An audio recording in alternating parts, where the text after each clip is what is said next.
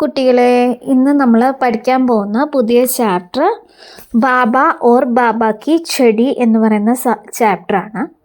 അപ്പോൾ നമ്മൾക്ക് അത് സ്റ്റാർട്ട് ചെയ്യാം. സാത്ത് സാത്ത് ചലത്തെ ഹേ ദോനോ ബാബ ഓർ ബാബ കി ചെടി.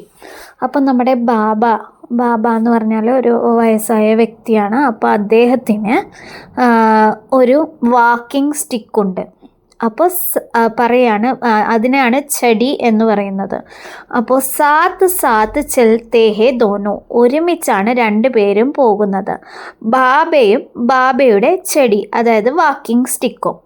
പെഹലെ വോ കഹത്തെ ഹേ ചൽ ചൽ ബാഹർ ചലത്തെ ഹേ, അതായത് അദ്ദേഹം ബാബ ആദ്യം പറയുന്നു, വരൂ വരൂ നമുക്ക് പുറത്തേക്ക് പോകാം. ബാഹർ ചലത്തെ ഹേ എന്ന് പറഞ്ഞാൽ പുറത്തേക്ക് പോകാം. ഓർ ഉഠാ ലേത്തെ ഹേ ചെടിക്കോ, എന്നിട്ട് തൻ്റെ വാക്കിംഗ് സ്റ്റിക്ക് അവിടുന്ന് എടുക്കുന്നു. ബിസ്തർ പർ ജോ ലേറ്റെ ഹുയി തി, എവിടെയായിരുന്നു അപ്പോൾ വാക്കിംഗ് സ്റ്റിക്ക് ബെഡിൽ കിടക്കുകയായിരുന്നു. ഫിർ വോ ഉസ്കാ ഹാത്ത് പക്കടക്കെ ബാഹർ ലാത്തി ഹെ, എന്നിട്ട് ആ വാക്കിംഗ് സ്റ്റിക്ക് കയ്യിലെടുത്തിട്ട് പുറത്തേക്ക് നടക്കുന്നു. സാത്ത് സാത്ത് ചലത്തെ ഹേ ദോനോ ബാബ ഓർ ബാബ കി ചെടി, ഒരുമിച്ച് തന്നെയാണ് രണ്ടുപേരും പോകുന്നത്, ബാബയും ബാബയുടെ വാക്കിംഗ് സ്റ്റിക്കും. ചെടി ബഗാ ദേത്തെ ഹേ कोई ഗലി കാ കുത്ത ഭോങ്കെ തോ ബാഗ് തലക് ജാത്താ ഹേ ദോനോ, അതായത് ഈ വാക്കിംഗ് സ്റ്റിക്കും കൊണ്ടാണ് എപ്പോഴും നമ്മുടെ ബാബ പുറത്തേക്ക് നടക്കാൻ പോകുന്നത്. അപ്പോൾ പുറത്തേക്ക് നടക്കാൻ പോകുമ്പോൾ വഴിയിൽ വെച്ച് ഏതെങ്കിലും നായ്ക്കളോ അല്ലെങ്കിൽ ഡോഗ്സ് അങ്ങനെ എന്തെങ്കിലും കുരച്ച് ചാടി മുന്നിലേക്ക് വന്നു കഴിഞ്ഞാൽ ഈ ചെടി വാക്കിംഗ് സ്റ്റിക്കാണ് നമ്മുടെ ബാബയ്ക്ക് രക്ഷകനാകുന്നത്. അപ്പോൾ ആ കുരച്ച് ചാടി വരുന്ന നായ്ക്കളെയെല്ലാം ഓടിക്കാനായി ബാബ ഈ ചെടി വാക്കിംഗ് സ്റ്റിക്ക് ഉപയോഗിക്കാറുണ്ട്. ബാഗ് തലക് ജാത്തേ ഹേ ദോനോ, അതായത് ബാഗ് എന്ന് പറഞ്ഞാൽ എന്താണ്? ഗാർഡൻ അല്ലെങ്കിൽ പൂന്തോട്ടത്തിലേക്ക് ഇവർ രണ്ടുപേരും ഒരുമിച്ച് പോകുന്നു. थक जाए तो बाबा अक्सर ചെടി पे माथे टेक के बेंच पर बैठे भी जाता, അതായത് ഇവരിങ്ങനെ നടന്നു പോകുമ്പോൾ, അതായത് ഈ വാക്കിംഗ് സ്റ്റിക്കും ബാബായും കൂടി ഒരുമിച്ച് നടന്നു പോകുമ്പോൾ ഈ ബാബയ്ക്ക് പെട്ടെന്ന് എന്തെങ്കിലും ക്ഷീണം തോന്നുകയാണെങ്കിൽ അവിടെയുള്ള ബെഞ്ചിൽ ഇരുന്നിട്ട് വാക്കിംഗ് സ്റ്റിക്കും തന്നെ കയ്യിൽ പിടിച്ച് തൻ്റെ തല ആ വാക്കിംഗ് സ്റ്റിക്കിൻ്റെ മുകളിൽ വെച്ച് അദ്ദേഹം റെസ്റ്റ് ചെയ്യും. അതാണ് പിന്നീട് പറയുന്നത്. ചെടി ही उठाकर कभी कभी बाबा को दिखाती है नया नया जो बोर आया है नए नए पेड़ों पर, അതായത് ഈ വാക്കിംഗ് സ്റ്റിക്ക് തന്നെയാണ് ബാബയെ പുതിയ പുതിയ പൂക്കൾ അല്ലെങ്കിൽ പൂക്കാലം മരങ്ങളിൽ വരുന്നത് എല്ലാം കാണിച്ചു കൊടുക്കുന്നത്. പിന്നെ അതേപോലെ തന്നെ പുതിയ പുതിയ പൂക്കളും എല്ലാം കാണിച്ചു കൊടുക്കുന്നത് ഈ വാക്കിംഗ് സ്റ്റിക്ക് തന്നെയാണ്.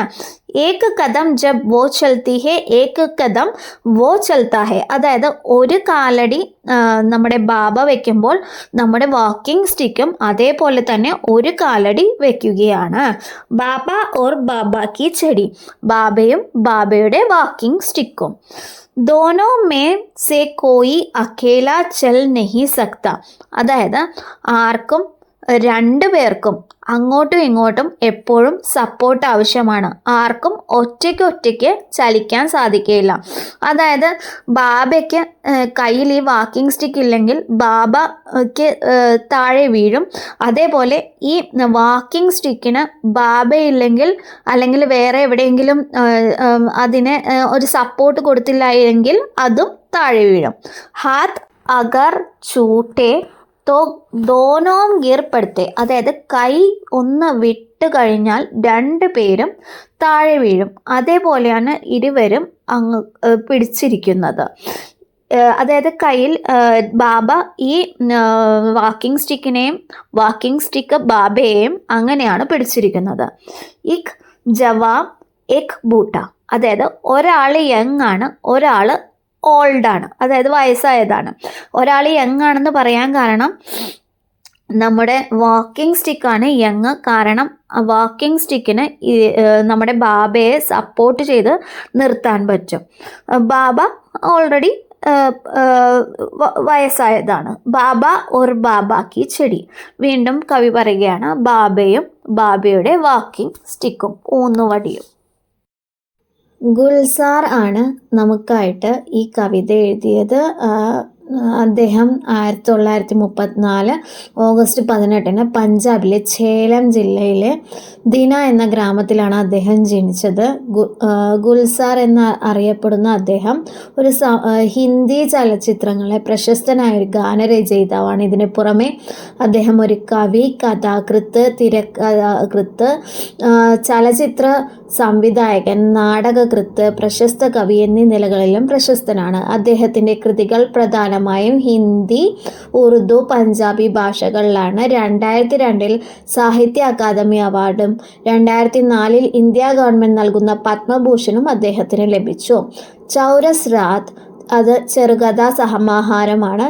ജാനം കവിതാ സമാഹാരമാണ്. ഏക് ബൂന്ദ് ചന്ദ് കവിതാ സമാഹാരമാണ്. രവി പാർ കഥാസമാഹാരമാണ്. തുടങ്ങിയവയാണ് അദ്ദേഹത്തിൻ്റെ പ്രശസ്ത കൃതികൾ. ഈ വീഡിയോ കാണുന്ന എല്ലാ കുട്ടികൾക്കും ഈ വീഡിയോ ഇഷ്ടമായി എന്ന് മിസ് വിചാരിക്കുന്നു. അപ്പോൾ നിങ്ങളുടെ എല്ലാവരുടെയും കമൻസ് മിസ്സിന് അയയ്ക്കുക. അതേപോലെ മിസ്സിൻ്റെ ഇതൊരു പുതിയ ചാനലാണ്, അപ്പോൾ മിസ്സിനെ ഒന്ന് സപ്പോർട്ട് ചെയ്യുക. Okay then, thank you.